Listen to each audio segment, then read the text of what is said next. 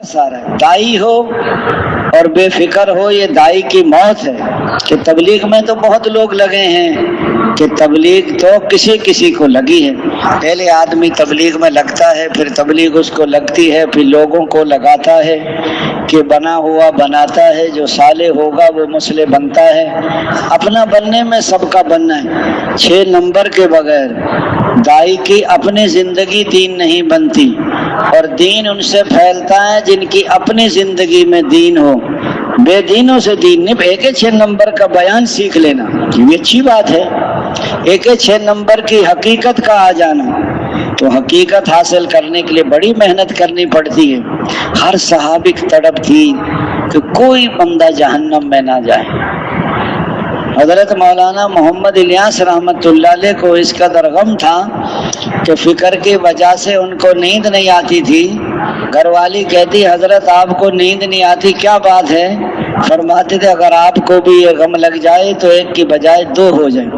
فرماتے تھے کسی کی شب سوتے کٹے ہے اور کسی کی شب روتے کٹے ہے. یا الہی ہماری کیسی شب ہے، نہ سوتے کٹے ہے نہ روتے رات گزرتی ہے نہ سوتے رات. اتنی بے چینی بے قراتی اور درد و غم تھا.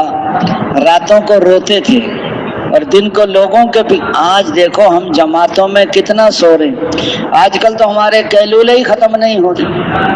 جب کرنے کے زمانے میں محنت نہیں کی تو واپس جا کر کام کرنا مشکل ہو جائے. یہ زمانہ تربیت کا ہے. اس میں دوست بزرگ یہ تو 4 مہینے ایسے ہیں جیسے آپ کو 4 گھنٹے کے لیے خزانے میں داخل کر دیا. اس میں سونا اور چاندی اور ہیرے جواہرات. آپ کو کہا بھائی جتنا نکالنا نکال لو، اور آپ نے دیکھا وہاں پلنگ پڑا ہوا تھا، سرانہ بھی رکھا ہوا. آپ نے سوچا ذرا کمر سیدھی کر لوں. کمر سیدھی کی، آنکھ لگ گئی. 4 گھنٹے کے بعد چوکیدار نے ٹھوکر ماری کہ باہر نکلو، وقت ختم ہو گیا. آپ آج بتاؤ یہ آدمی کتنا پچھتائے گا، وہ میں نے کیا کیا. اس سے زیادہ اگر 4 مہینے صحیح نہ لگے تو یہ اس سے زیادہ یہ پچھتائے گا مرنے کے بعد. ابھی نہیں پتا چلے گا آپ، کیونکہ یہ کوئی مدرسہ نہیں ہے جو آپ پہ سختی کریں گے. یہ تو تبلیغ ہے، یہاں تو ترغیب ہے. حضور صلی اللہ علیہ وسلم والی محنت میں دعوت ہے. یا دعوت دے رہے ہیں یا سن رہے ہیں یا سیکھ رہے ہیں یا سکھا رہے ہیں یا ذکر یا عبادت یا خدمت، اس کے علاوہ میں لگنا یہ لایانی ہے. حضور پاک صلی اللہ علیہ وسلم صبح نکلتے، دعوت دیتے دیتے دوپہر ہو جاتی. کوئی دھکے دے رہا ہے، کوئی برا بھلا کہہ رہا ہے، کوئی کانٹے بچھا رہا ہے، کوئی گلا پکڑ رہا ہے، کوئی اوجھڑی ڈال رہا ہے. حضور نے دوپہر کو حضور مکے کے بازار سوق المجاز میں دعوت دے رہے ہیں اور لوگوں کلمہ پڑھ لو کامیاب ہو جاؤ گے. یہ ابو لہب پیچھے سے پتھر مار رہا ہے اور پنڈلی مبارک سے خون نکل رہا ہے اور لوگوں کو کہتا لوگوں اس کی بات نہ ماننا، نعوذ باللہ یہ جھوٹا ہے. کتنی تکلیفیں اٹھائی. حضرت سمیہ کو شہید اس وجہ سے کیا تھا کہ وہ گھر گھر جا کے دعوت دیتی تھی، قرآن پڑھ کر سن.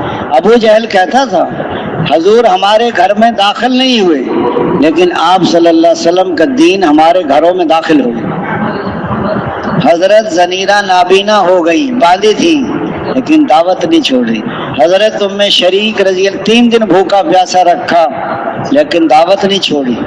حضرت ام سلیم بیوہ ہو گئی تھی تو ابو طلحہ نے پیغام دیا نکاح کا، تو وہ کہنے لگا میں آپ سے نکاح کروں گی. بتوں کو پوچھتا ہے، شرک کرتا ہے. اس نے کہا تو کسی مالدار سے نکاح کرے گی. اس نے کہا تو اسلام لے آ، تیرا اسلام لانا ہی میرا حق مہر ہے. وہ مسلمان ہو گئے.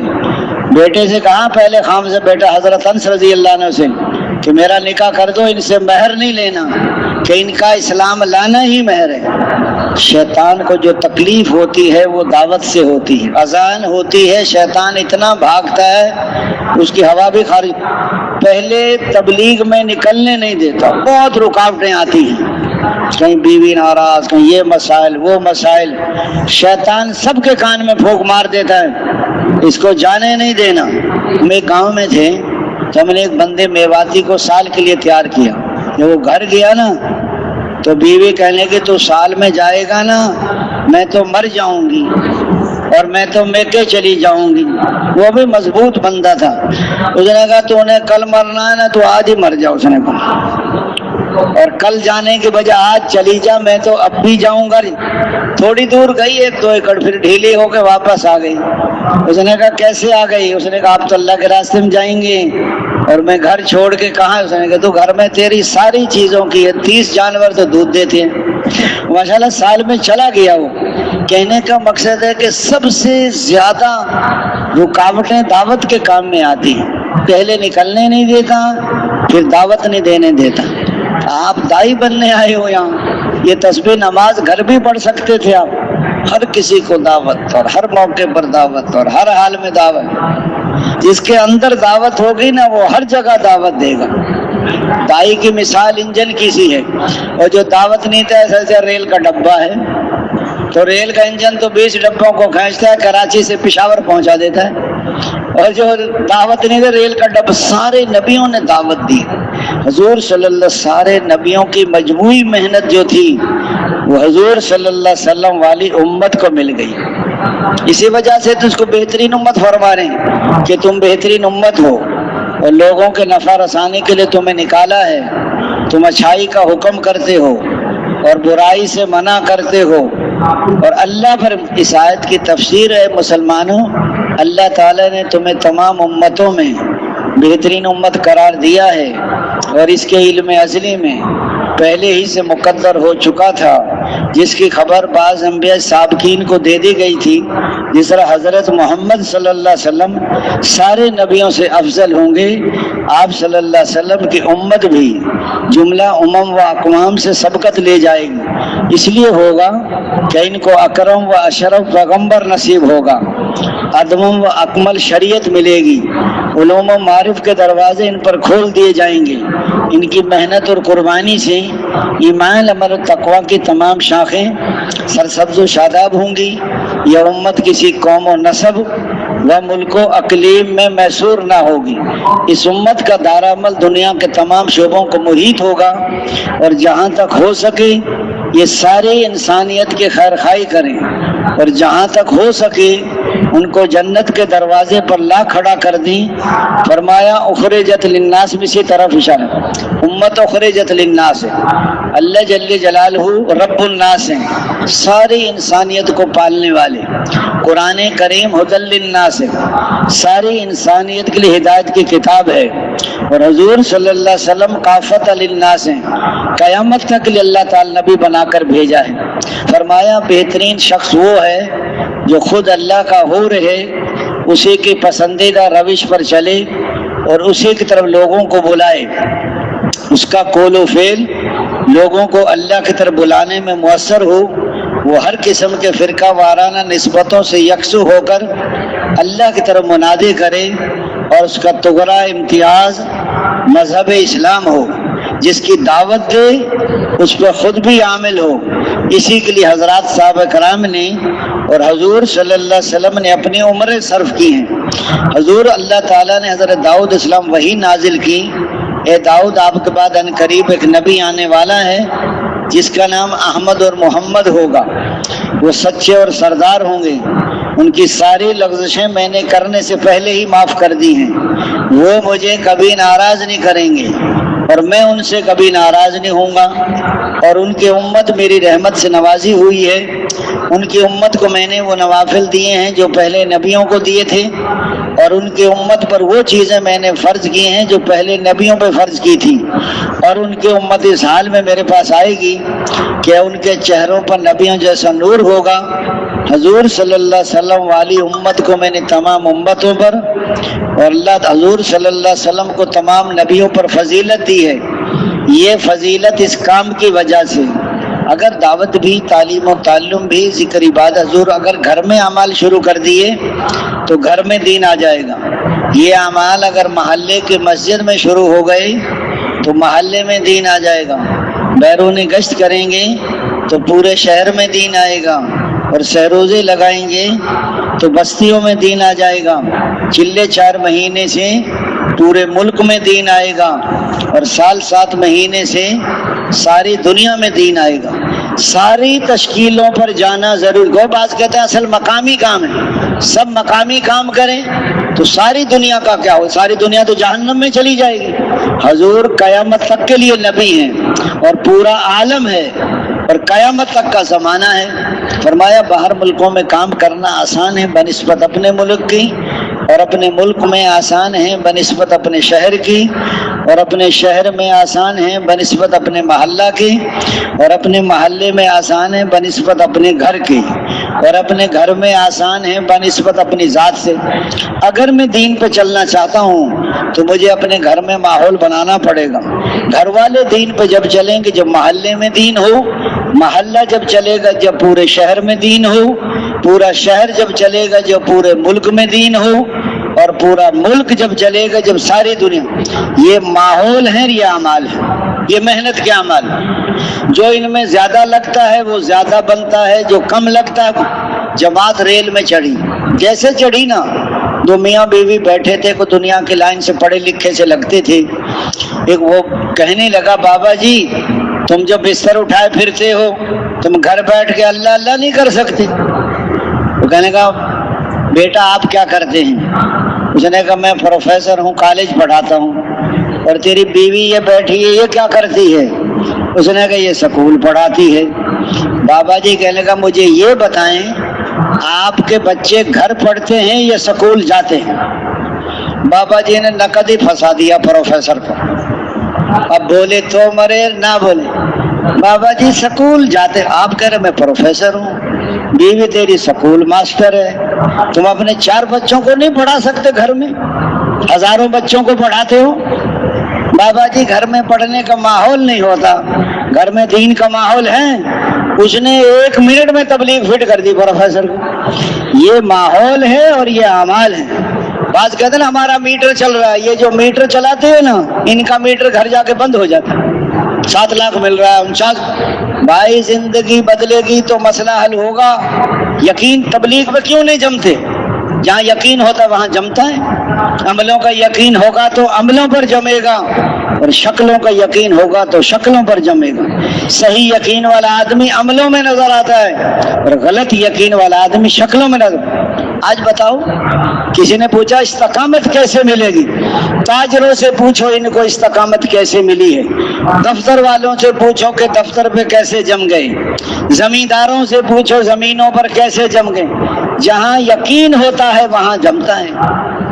یہ غلط یقین ہے تو آدمی جمتا ہے. حضرت جی فرماتے تھے جب تک اندر کا باطل نہ ٹوٹے تو باہر کا باطل کیسے ٹوٹے. جب حق والوں پہ غالب نہیں ہے تو باطل والوں پر غالب کیسے آئے. جب محنت اور قربانی ہوگی دین تو بعد میں چمکے گا, اور محنت کرنے والے پہلے چمک جائیں گے. اور جب محنت اور قربانی نہیں ہوگی تو دین بعد میں مٹے گا, اور محنت نہ کرنے والے پہلے مٹ جائیں گے. دین کا چمکنا مسلمانوں کا چمکنا ہے, اور دین کا مٹنا مسلمانوں کا. دین بعد میں مٹے گا, محنت نہ کرنے والے پہلے مٹ جائیں گے. اور جب محنت اور قربانی ہوگی دین بعد میں چمکے گا, اور محنت کرنے والے پہلے. جس درجے کی محنت اور قربانی اس درجے کی ہدایت, جس درجے کی ہدایت اس درجے کا دین, اور جس درجے کا دین اس درجے کے کم. جب محنت کو چھوڑ دیتے ہیں تو یقین بگڑ جاتے ہیں, اور عمل بگڑ جاتے ہیں, اور اللہ ناراض ہو جاتے ہیں, اور حالات خراب ہو جاتے ہیں.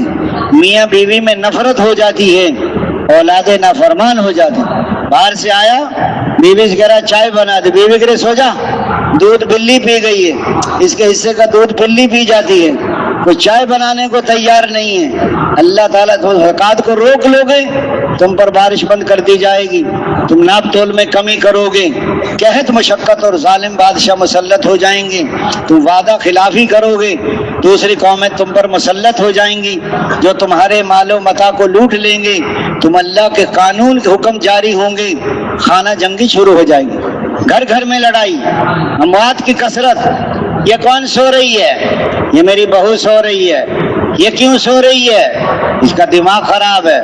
اور یہ کون سو رہی ہے؟ کہ یہ میری بیٹی سو رہی ہے. یہ کیوں سو رہی ہے؟ اس کی طبیعت خراب ہے. اپنی بیٹی کی تو طبیعت خراب ہے اور بہو کا دماغ خراب ہے.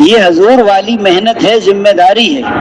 تو دوستو بزرگوں بھائیو، منمانی کرو گے تو ہمیشہ کی زندگیاں بگڑ جائیں، موت بھی اور قبر بھی اور حشر بھی۔ قیامت میں اعلان ہوگا فلاں من فلاں کا بیٹا ناکام ہو گیا، ایسے فرشتے پکڑیں گے، ناک میں زنجیر ڈال کر جکڑا جائے گا، الٹے منہ کھینچ کے جہنم میں۔ ایک جہنمی کو اتنی تکلیف ہوگی، دنیا بھر کے انسانوں کی تکلیفوں کو جمع کرو ایک جہنمی کی تکلیف بڑھ جائے گی، اور دنیا بھر کے انسانوں کے بھوک کو جمع کر لیں ایک جہنمی کی بھوک بڑھ جائے گی، اور دنیا بھر کے انسانوں کی ذلت کو جمع کرو ایک جہنمی کی ذلت بڑھ جائے گی۔ ابلتا ہوا خون اور پی جائے گا، اور کڑوا زہر زقوم کھا جائے گا، انتڑیاں باہر نکل آئیں۔ کھچر کے برابر بچھو، اتنا سا بچھو ڈس لینا ساری رات تڑپتا ہے بندہ۔ اونٹ کی گردن کے برابر موٹے سانپ، فرشتوں کی مار، آگ کا جلانا، فرشتوں کا مارنا، زنجیروں میں جکڑنا، سوچ بھی نہیں سکتا آدمی۔ آج دوستو موقع ہے، توبہ کر لو اور زندگی بدل لیں۔ آج دوستو اگر آپ محنت صحیح ہوگی، یقین صحیح ہوگا، عمل صحیح ہوں گے، اللہ راضی ہو جائیں گے، حالات اچھے ہو جائیں گے۔ اس لیے فرمایا جب آدمی دین میں تھوڑی سی مشقت ہے آدمی کو، لیکن دنیا میں اللہ تعالیٰ بے دین کو اور زیادہ ڈھیل دیتے ہیں۔ جیسے چوہا زیادہ نقصان کر دیتا ہے نا، تو چوہے کو پھانسنے کے لیے پنجرے میں اچھی اچھی چیزیں رکھتے ہیں۔ ایک دن ایک مقیم کہہ رہا تھا، بھائی صاحب آپ کے پاس دیسی گھی ہے؟ کہ ہاں جی ہے۔ کیا کرنا ہے؟ کہ چوہے کے لیے رکھنا ہے، یعنی چوہے نے اتنے اچھے کام کیے ہیں کہ دیسی گھی کا انتظام ہو رہا ہے۔ اچھا وہ مونچھیں بھی ہلاتا ہے اور مسکراتا بھی ہے کہ بڑے کام بہت اچھے کیے ہیں نا اس نے، سارے گھر میں سوراخ کر دیے، سارے گھر کے کپڑے کتر دیے۔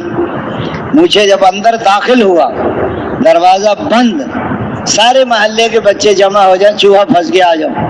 بے دین آدمی کو دیکھو بڑی نعمتوں میں ہے، بڑی گاڑی بنگلہ، ایک بندہ سجدہ نہیں کرتا، یوں دیکھو جیسے چوہا چوری کھا رہا ہے۔ اللہ کی طرف سے ڈھیل ہے، اللہ تعالیٰ دوستوں پھر پکڑ آتی ہے، پھر توبہ کا موقع بھی نہیں ملتا بندے کو۔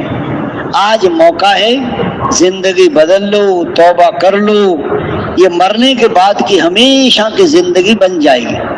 اللہ تعالیٰ دنیا بھی چین دیتے ہیں، اطمینان دیتے ہیں۔ بندہ نظر آتا ہے کار کو، ایک آدمی کہنے لگا کہ جی مجھے پریشانی ہے، کوئی تعویذ دے دو۔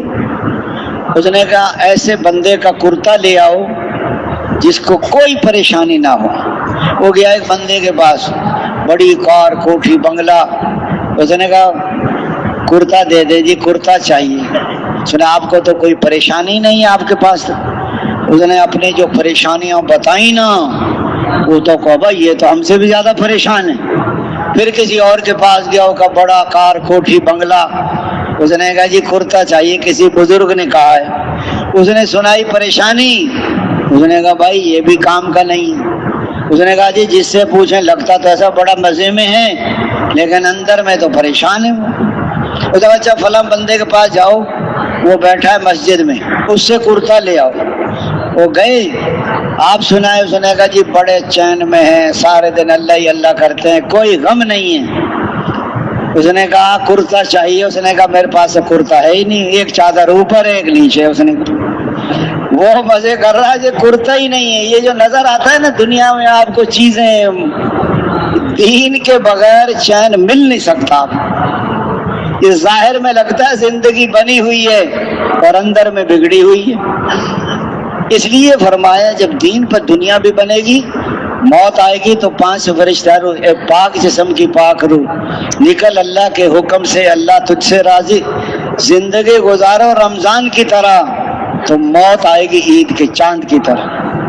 500 فرشتے، سب کے ہاتھوں میں گلدستے، ریشمی رومال، گھر والے رو رہے ہیں، مرنے والا خوشی کا منظر دیکھ رہے ہیں۔ چلو ایسی بیریوں کی طرف کہ جن میں کانٹا نہیں، چلو ایسے کیلوں کی طرف جو تو بتو لگے ہوئے ہیں۔ اس لیے فرمایا جب آدمی مر جاتا ہے، قرآن اس کے سرانے آ کے کھڑا۔ اس بیان کو پوری امت تک پہنچانے کے لیے ہمارے ساتھ معاونت کرے، ہمارے چینل کو سبسکرائب کرے۔ جزاک اللہ خیرہ۔